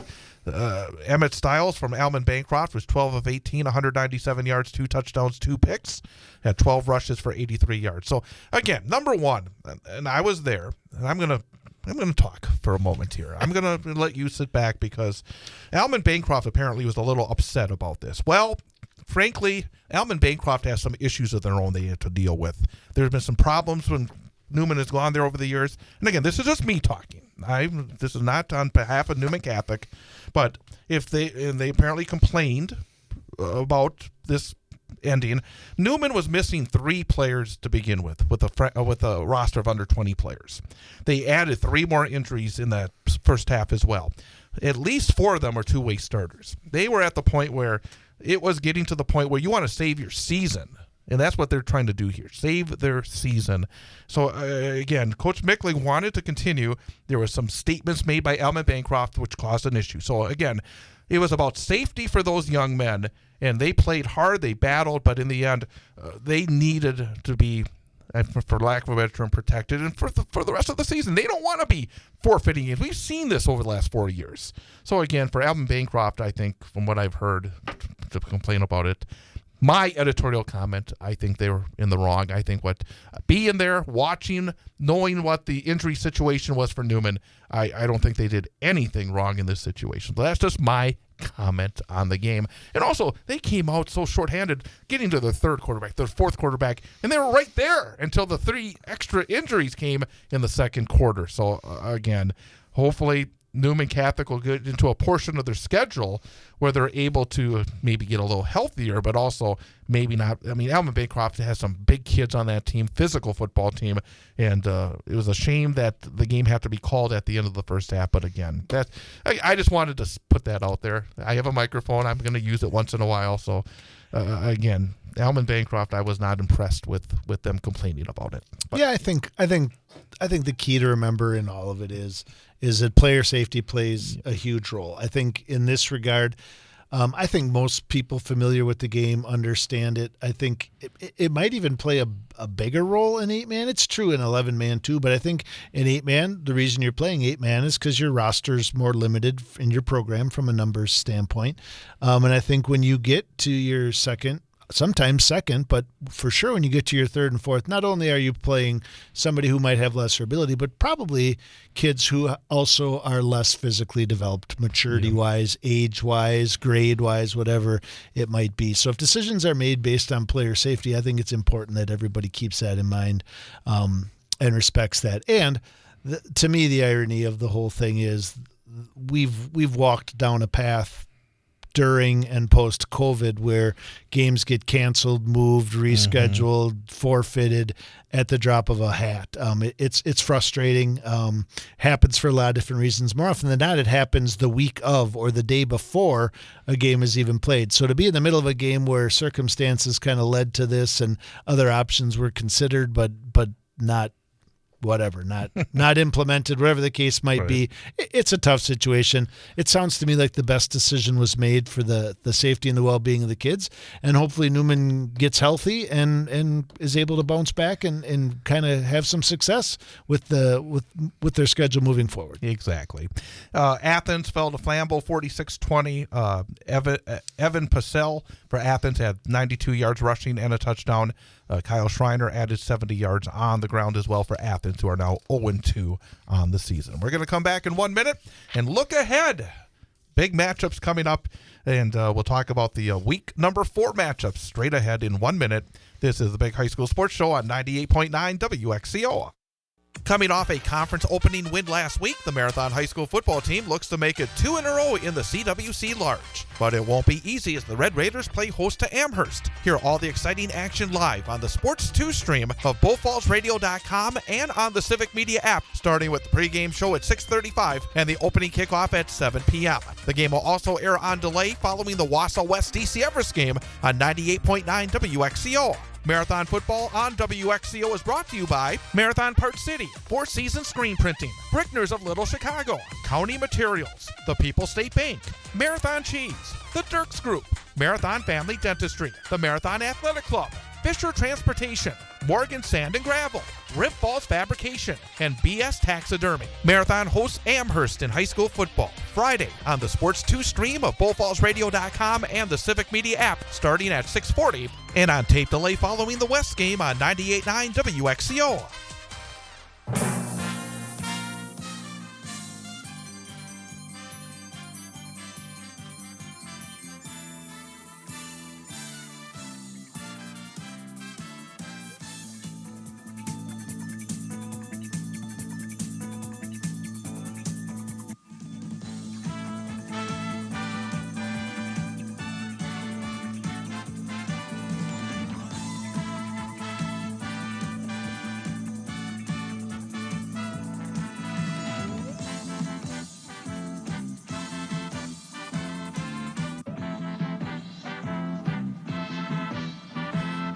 And welcome back. Big High School Sports Show on 98.9 WXCO. Well, let's look ahead. Again, now we're starting to get a feel. And it's, again, week 4 of the season, 9 weeks in the regular season. So it goes by very quickly, and every game has such meaning. Wisconsin Valley Conference and live here on 98.9 WXCO on Friday night. I'll be at Tom Field for the Wausau West Warriors and the DC Everest Evergreens. Everest 2-1 overall, 1-0 in the conference. Wausau West 2-1 overall, 1-0 in the conference. Everest offensively, as I said, really putting up some impressive numbers. They have the ability to run. They have the ability to pass. And again, a very dangerous offense. Wausau West suffering through some quarterback injury issues. If the Warriors are able to be as close to full strength as possible, I think they feel like they can move the football on DC Everest. It has a feeling of both offenses, I think, have the feeling they're going to be able to do something. Yeah, I would agree. I think that Everest comes in with a ton of confidence, and West feels good about the way they played the game last week. And I think this is I think West kind of had the upper hand the couple years on Everest leading prior to last year, and I think Everest kind of felt really good about the one they got on the Warriors last year. So I think there's a lot that plays into this one. I think being back at Tom Field, the last time the Evergreens were at Tom Field was probably one of the worst games I've ever seen them play. So they probably want to get back over there and prove themselves. New coach, so it should be a great matchup. And I think the two running backs are just really impressive because they're both physical running backs. Blake Bankston for DC Everest and Cooper DePoit for Wausau West. And I think whichever team is able to win it up front and give those guys, they don't need a lot. Those guys are going to get maximum yardage. I think it's a very interesting running back matchup. Yeah, I definitely agree. And it will be interesting to see what role the quarterbacks have to play in this game and how important it is to complete passes to get the win. Stevens Point at Wisconsin Rapids, the old River Jug game. It's one of those trophy games as Spash at Rapids. Great rivalry over the years. Stevens Point 2-1, 1-0, 0-3 for Rapids, 0-1 in the conference. And obviously at Southwood County Field, Rapids is going to want to go out there and perform well in front of their home fans. They actually played a competitive game against River Falls until the fourth quarter in week 1 at home. The last 2 road games have been very difficult for Rapids. And again, Stevens Point got off to that rough start against Chippewa Falls, but maybe that's not quite as bad a loss as maybe people may have thought early because Chippewa Falls looks like they're a pretty good football team overall as well. But again, rivalry game. I'm not one of those that will say throw out the records and throw everything out the window, but at the same time, you would expect Wisconsin Rapids and Tony Viola, again, a terrific coach, is going to give everything to a Stevens Point they can handle. Yeah, I don't think you throw out the records, but there's definitely a mindset that goes into this game. When you're in a season like Rapids, if we want to talk cliches, I mean, this is kind of one of their Super Bowls too, like with the log games when they happened and the West Everest games, depending on records. Like you win that one, it makes a lot of other things feel better. And if I recall, I think Rapids gave them a good half of football last year. If I recall right, this game was close up through halftime last year, and I think the fact that it's at Southwood County could make for a plus in the Rapids side. Marshfield at Eau Claire Memorial. Marshfield needs something good to happen as well. And you would think this would be the opportunity, but I think Eau Claire Memorial probably looks at the exact same way. The one thing that I've noticed watching Eau Claire North play Memorial. Yeah, but watching Eau Claire North play last week and 2 weeks leading that, and then Memorial 3 weeks in, and then really watching what Menominee and Hudson and Rice Lake are doing over there, I would have to think, off the record, both of these schools would say they prefer to be on this side of this conference than that one. So I would agree with you. I think this is one that Eau Claire Memorial has circled and says this is where we can hopefully make some hay coming over here, and it should be a good game. We'll see what Marshfield's offense is capable of doing of what's been a tough, or not tough, it's been a kind of a porous Eau Claire Memorial defense. And you have to feel like Eau Claire North is happy with their crossover. They get to, it's not fun to go all the way up to Superior, but you feel like this is an opportunity for Eau Claire North to get that first win of the season. Yeah, I think so. And on the flip side of that, Superior probably looks at as this is one of their most winnable games on their schedule as well. But I tell you what, Eau Claire North had a lot of nice pieces in that game. I mean, the size of their line, that running back was outstanding, I thought, last week. I was a little surprised they didn't use him a little bit more. You're right. So I expect him to have a big game up against Superior, but being on Superior's, they did some nice things against the Warriors in week 1, so this could be a nice matchup. Great Northern, and again, there's always interesting matchups, I think, and Wausau East at Rhinelander is a very interesting matchup. East 1-0 in the conference, Rhinelander 0-1 in the conference. Rhinelander beat East last season by a pretty good margin up there. For Rhinelander, they have to probably look at this as a game they need to get. I mean, losing that game, a tight one against Lakeland last week. And for East, again, as we just talked about, an opportunity here to really put the momentum in the right direction early in the season. Yeah, I think with this one, the one we're going to talk about next, Lakeland and Mosinee, I think this is really going to kind of paint a clear picture of what things look like in the Great Northern behind Medford. And I think what I'm most interested to see is the offense versus the defense. Like we mentioned a little while ago, East has shown the ability to have some explosive plays in their offense, and Rhinelander is a solid solid running team, solid defense. Right. So will they be able to slow it down? The one thing Rhinelander doesn't seem to maybe have is quite as strong of a running game. If you just look at their stats from last week, and that might definitely work in Wausau East's favor, as that seems to be maybe one of the Achilles heels of their defense. Generally, Rhinelanders had very good defense all 3 weeks this season. It's going to be a challenge for Wausau East. And the thing is, as you said, Rhinelanders' offense has not, even in those first 2 non-conference games, put up big offensive numbers. But the thing is, the East has to be better against the run. They cannot allow Rhinelander to have the football for 40 or 45 minutes of that game, or whatever.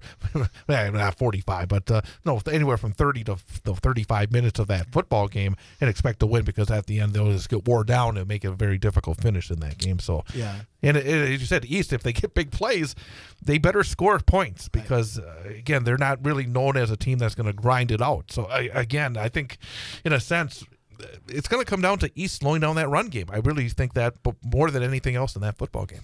Yeah, this is a score I'm really looking forward to seeing at the end of Friday night. You said Lakeland is at Mosinee. I think Mosinee has, again, started to gain a little momentum the last 2 weeks. Again, not overpowering against Merrill last week. Lakeland getting that big W. This is going to be, I think, an indicator of the gap between maybe the top and the rest of the league. Mosinee and Medford have had sort of a gap in recent years. It feels like some of these schools are getting a little closer this year. And obviously there's cycles, and Mosinee lost some incredible talent from last year's season. But this game will, I think, be a little bit of a measuring stick on what the gap is maybe from the top to the rest of the league. Yeah, I definitely agree. I think Lakeland has definitely gotten off to a better start this year than they did last year, doing some nice things on offense. Well, haven't they started like 0-4 the last couple of years, 0-5?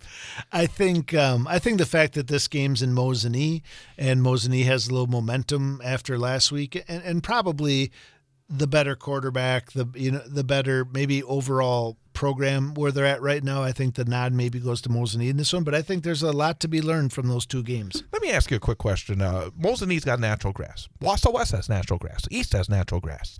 A lot of these other schools have turf. Does playing on a natural grass surface when other teams come in who are used to playing on turf, is that a significant advantage for a team like Mosinee against Lakeland? Yeah. I think to some extent it is. I think a lot of it depends on the style of offense you play. I think if you run the ball a lot, I think personally I like natural grass better. Mm-hmm. I think the weather shouldn't be a factor on Friday night, but I think it definitely. I think the other thing that matters, like for a Wausau West and a Mosinee, you play on grass every single day. I think some of these other ones who practice on turf every day, or depending on what their practice facility looks like or what their turf is used for during the week, are they playing soccer games on it? Are they getting on it? I think all those things factor into it. I would say the grass is still an advantage if you have it. Hudson came last week, and it was almost like they were playing in Alaska, like the being on natural, and their coaches just couldn't stop talking about probably what a beautiful surface it is, and all that. It probably makes them feel slower, doesn't it? Yeah, I think it does, especially when we don't mow the grass. Which you sometimes tend to do against a team like Hudson coming into town, I'm sure. Merrill is at Medford, and for Merrill, again, it's been a really good start, getting those 2 wins and then playing, again, very competitive football game against Mosinee. Obviously, you want to do well against Medford, but probably the best news is Mosinee and Medford are done after this week for Merrill, right? Absolutely. I think there's a lot for them to look forward to, and you want to come in. It's a measuring stick, right? I mean, if everyone's being realistic, Merrill's probably not planning on going over there and beating them. They're talking like they're going to, but they probably know in the back of their minds they're not. So you want to come out and compete. You want to be able to slow down their run. You want to come out of that game healthy, and you want to be able to look back and say, we did these things against Medford this year that we weren't able to do against them last year. Held them to X amount of yards, got this many first downs, got off the field this many times. So those are the little victories they're looking for. And then they kind of get a little more optimistic with the remainder conference schedule. And again, the Merrill offense putting up a lot more points this season. And obviously, again, I think one of the teams early on that's been perhaps one of the bigger gainers so far early this season. And to go at Tomahawk. Significant game for both these teams because they both lost their conference opener, and you don't want to be 0-2, do you? No, not at all. And I think the winner of this game feels better when they get to the Rhinelander East Lakeland portion of their schedule. And I think the one who loses this game might be in for a long conference season. CWC Large, one of the best games this week. Wittenberg, Burnhamwood at Stratford. Yes, it's a big ask for Whitburn, but they've played some really good games against Stratford recently. But then again, the Tigers, I think this season have a little bit more in terms of at least early on. But Whitburn, again, a very impressive road win at Wyowega last week. But it's always fun when these two teams get together. Absolutely. I was a little surprised by the Whitburn-Wyowega score last week, and you never know this time of year. Maybe they got a player back or a player or two who wasn't in there. Maybe they're a little better than we thought. But it'd be hard to bet against Stratford in any of these conference games this year. And Amherst, I think, a team that is looking to challenge right now Stratford, at least based on the early results. They go to Marathon. Again, good start for Marathon, terrific start for Amherst. A big ask this week for Marathon, though, because especially if Amherst is bringing even more players back. Yeah, probably. My mistake. They were talking about Colby. Yeah. I would say probably for Marathon and Whitburn, these are both games where you know a lot more about your team and your program after this week. Not going to be shocked if you don't come out with a win, but what is the mentality of a young Marathon team going up against a really strong Amherst program? Do your kids fold, or do they compete like crazy all the way to the end? Again, that game will be heard on the Sports 2 stream of BullFallsRadio.com. and the Civic Media app Friday night starting at 6:35. And then that game will also air on a tape delay basis after the Wausau West DC Everest game here on 98.9 WXCO. I think this game actually intrigues me as well. Loyal Greenwood at Colby, because I saw Loyal Greenwood. They have some talent. They don't throw the ball. Obviously, they need to be able to, I think, play from ahead. But they did run it effectively for a little bit against Marathon. And Colby is a bit of an enigma. They've been such a solid program the last couple of years. They're off to an 0-3 start playing at home. They definitely need a win. If they don't get it this week, then there's trouble. Yeah. And one of the reasons I love talking to coaches, especially from these conferences, is to get some of that insider information. So as we sit here and watch Colby scores and stats the first 3 weeks, we kind of scratch our head a little bit and say, what's going on in Colby? And then you find out that they get some players back this week. And so it'll be interesting to see who they get back and how that impacts their outcome. Couple of teams licking their wounds from tough losses last week. Spencer Columbus at Wyowega Fremont. And again, Wyowega Fremont, again, being shut out by Whitburn. That was at home. I think for them, they need a W here. And Spencer Columbus, you take it what it is against Stratford. They're just that good. You look back, and they had a good win 2 weeks ago against Pittsville. Yeah, and I think Spencer Columbus, probably after a tough one against Stratford, comes into this one looking at what Wyowega did or didn't do against Whitburn last week and gives them a little optimism as well. CWC Small, and perhaps the game that every year that I look least forward to having to even look at or talk about. It's just because of the way it is. And it's not saying, anything bad about anybody or anything else.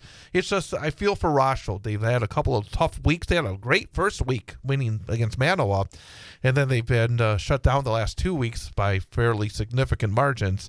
And Edgar comes in. And again, it's just one of those games where it just happens to be where Edgar got into the CWC Small, and Rochelle trying to rebuild their program. It's just one of those games you hope that each team gets through it accomplishing something. Right. And I think for Rochelle, it's about, again, battling, trying to see what a program like Edgar looks like. And for Edgar, it's about just getting through it and hopefully not getting anybody hurt and moving forward, because as we saw last week, this Edgar team looks very, very strong. That was a very impressive win against Auburndale last week. Yeah, it's a tough matchup. The other thing that I think that bodes well for a game like this is Coach Sins has been in a lot of these over the years. So he has a strategy and a game plan when he goes into games like this. Nothing he hates more than giving up points to anybody. So he's certainly not going to come up with any sort of game plan that allows for that. But I think he also understands what the score is here and how to get his players, so maybe some of his other players, a little more playing time than they'll see in some other weeks. I think two interesting CWC small games: Abbotsford at Pacelli, Pittsville at Auburndale. And I think, again, this Abbotsford-Pacelli game, it's in Stevens Point. Abbotsford has been outstanding so far this season, but Pacelli is always always a really well-coached team. It's always a team that seems to get the most out of their ability. I'm kind of curious to see if Pacelli can keep with Abbotsford in this game. Yeah, me too. I think that Abbotsford, running the ball travels well. So I think that works in Abbotsford's favor. They'll feel fast on the turf at Gerke. That's right. But it should be a good matchup. But this is one where I think Abbotsford has the opportunity to maybe distance itself from some of the other teams in the conference. Pittsville at Auburndale. Again, Pittsville has, I think, been as impressive as any 1-2 team so far. Those 2 games they lost were very tight games against the Crossovers. Were impressive last week. And Auburndale, again, very good team, very good program. They really had a good win against Marathon 2 weeks ago at home. They're home again.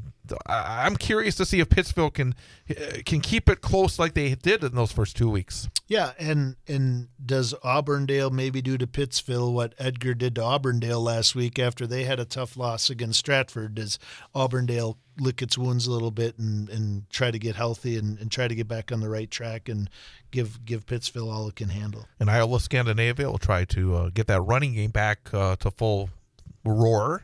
After having a tough one against Abbotsford last week, they will host Assumption, who obviously wants to see some good things happen as they're off to an 0-3 start. Absolutely. I think Iowa Scandinavia is a little bit of a question mark in this one, so this would be a good get-right game for them. And some of the 8-player action, Newman Catholic will be at Niagara again for the Cardinals. It's about number 1 being healthy and getting healthy, but this is a much more doable matchup. Niagara is 0-2 on the season so far, so again for the Cardinals trying to get well, but it's a long trek to Niagara on Friday, and just hopefully get there safely. Make sure the bus gets there, take care of business, and then get back for another home game next week. Port Edwards is at Elman Bancroft. I think that's always an interesting matchup for those 2 teams a little bit in the southern part of the area. Athens looking for their first win against Bruce. Rib Lake against Phillips, and both teams had big wins last week. Rib Lake put up more than 50. The old wing T of Coach Grundy was clicking very well in a big win over Shawamigan, and Phillips beat Luck 50-6, so they bounced back from their week 1 loss against Newman Catholic. And McDonald, one of the top teams in the state, against one of the top teams in the state, Owen Withy, and that's I think that is one of the best games, either 8-player or 11-player in terms of top-ranked teams getting together and for a big one in Owen on Friday night. So we got, let me see, how much time do we have left? We have about 1 minute to go. As you